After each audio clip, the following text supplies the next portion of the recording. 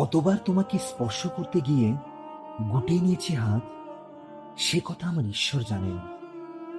তোমাকে ভালোবাসার কথা বলতে গিয়েও কতবার যে আমি সে কথা বলিনি, সে কথা আমার ঈশ্বর জানেন।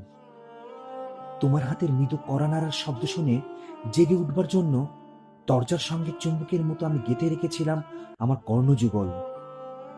তুমি এসে আমাকে ডেকে বলবে, এই উঠো, আমি আমি আর আমি এ কি শুনলাম? এমত উল্লাসে নিজেকে নিক্ষেপ করব তোমার উদ্দেশ্যে। কতবার যে এরকম একটি দৃশ্যের কথা আমি মনে মনে কল্পনা করেছি, সে কথা আমার ঈশ্বর জানেন। আমার চুল পেকেছে তোমার জন্য, আমার গায়ে জ্বর এসেছে তোমার জন্য। আমার ঈশ্বর জানেন আমার মৃত্যু হবে তোমার জন্য। তারপর অনেকদিন পর একদিন তুমিও জানবে আমি জন্মেছিলাম তোমার জন্য, শুধু তোমার জন্য।